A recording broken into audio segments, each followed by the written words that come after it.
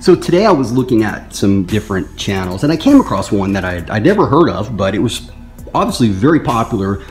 This gentleman has more than double the subscribers I have. A lot of electric and a lot of nitro vehicles. Excuse me. But, you know, it kind of applies to, I guess, a demographic that's out there and what's popular. In that, you know, thousands of videos. The guys have been putting videos up for years. But I was only able to find one running video of Nitro. And we'll just leave it at that, right? But the interest and his expertise seemed to lay more in, you know, how to make your Revo look better. Things such as that. And, you know, he readily admitted this. So this is, again, nothing in the world wrong with it. You know, enough if he were like claiming, oh yeah, you know, this is how you do it, and, you know, my engines are you know, the shit and all that. Well, based on what you see, you know, when it runs, you might question it, but he wasn't like that at all. So, you know, that's cool. I respect that all day. But again, it was interesting, just, you know, the popularity of that, to where, I'm going to be honest, I got no interest in that kind of stuff, like the shelf queens and things like that. People do, hey man, more power to you. It's all good, I promise you. But I say all this just so people are aware. That's not what this channel is about at all. This channel is about wheels to the ground, engines ripping ass, run, and, you know, performance, durability, all of that. This is a running channel. So I don't care how big it gets.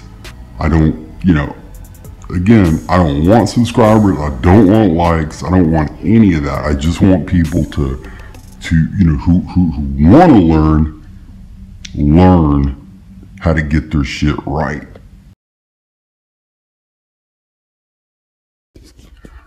Now, the old breed, the subscribers that have been with our channel for a long time will tell you, you're never going to see any ads or have to sit through those, like, you know, whack-ass commercials on my channel. Certainly if I can help it. Now, once you get to a certain size, I think you don't have a choice. They're going to start doing it, but I keep turning down.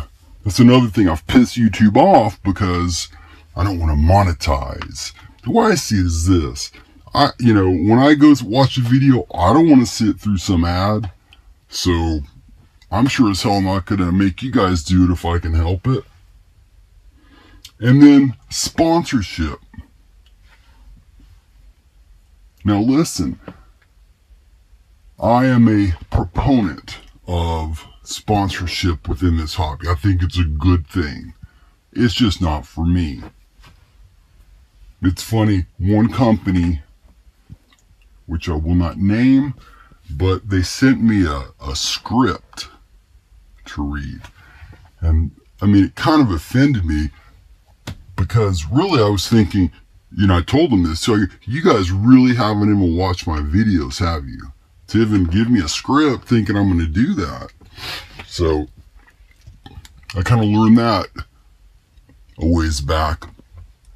And then, not being anybody's back pocket, I'll tell you straight up, companies that are straight rip-offs like RPM, Active Power Sports, and then companies that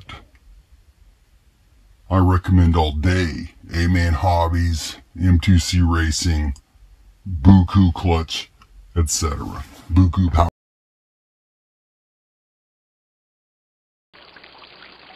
How is it that you hear these things? Young man, how is it that you do not? Niggas ain't with it, better get with it.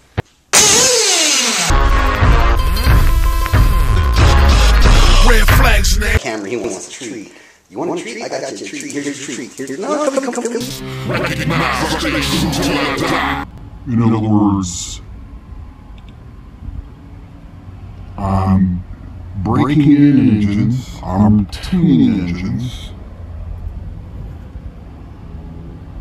I'm not taking temps, the engines are ripping ass. Then I push back to the set, po-po chasing me.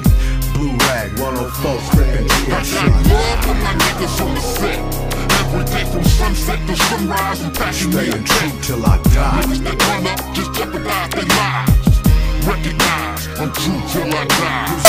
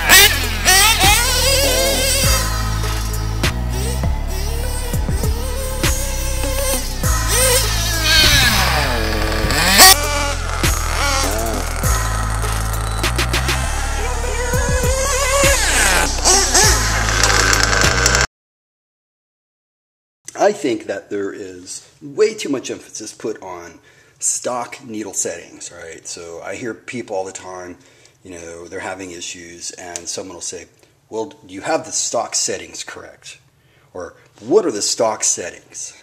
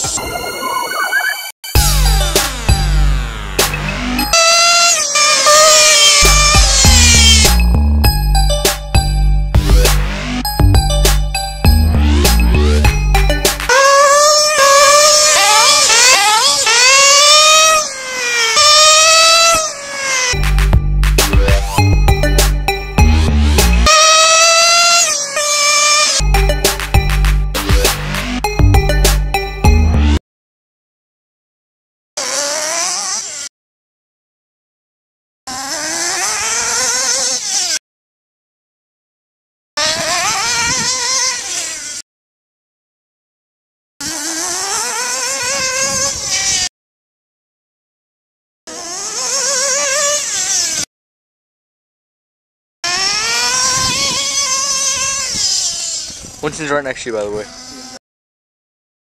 Stock settings are a setting to safely start the engine. So I have to decide which one I want to build. Regardless of which one I build, I'm pretty confident it's going to rip ass. And then when it comes to air leaks finally, the most common thing you're going to see are with component pipes, this coupler right here coming loose, allowing an inconsistent airflow. Most likely always it's your exhaust port gasket right here.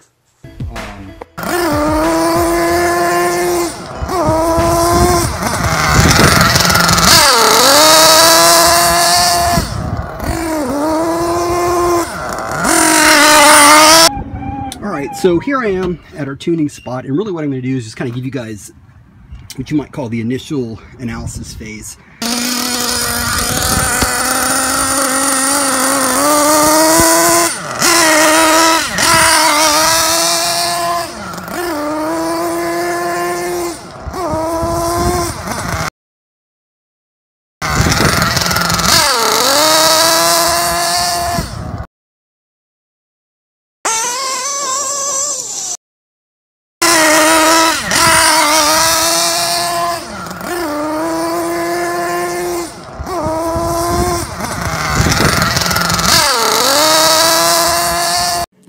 Alright guys, so here are the things that I look at during this analysis phase, this bullshit analysis phase.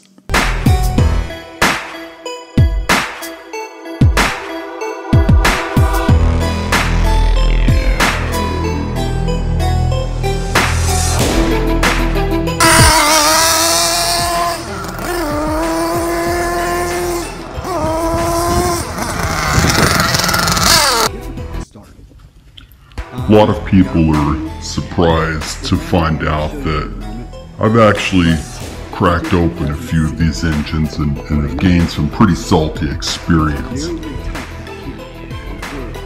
For those that might not know, the very first thing I did in this hobby was blow a connecting rod.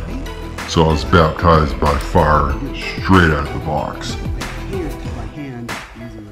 Guess what I learned? It's very, very easy to jack something up when you do anything with these engines. But it could be anything from putting on a wrong head gasket to who knows what. But the very first thing I consider is it properly working? And typically you can tell by the way it starts. It was a little bit finicky to start, but I figured out it was the fuel lines, I believe.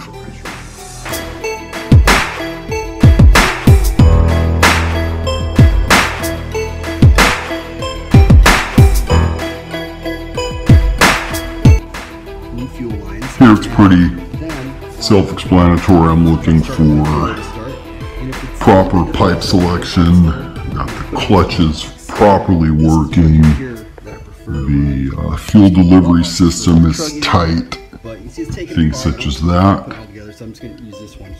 One area where I do have some trepidation is indeed the fuel delivery system. You guys know how I roll though. I'm going to hold off putting this on, but I am going to try a different used tank.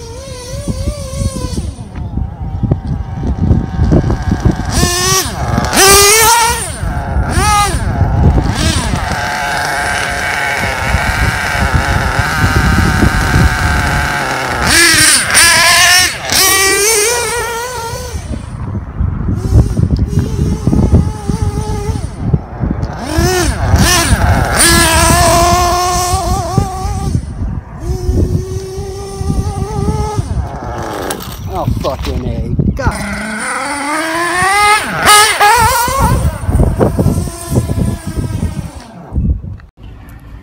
And even now, check this out. This is gonna have to be a two-parter, and it's... Again, if you come in talking the bullshit, at least challenge me. That's how we do it. You know, right, Winston?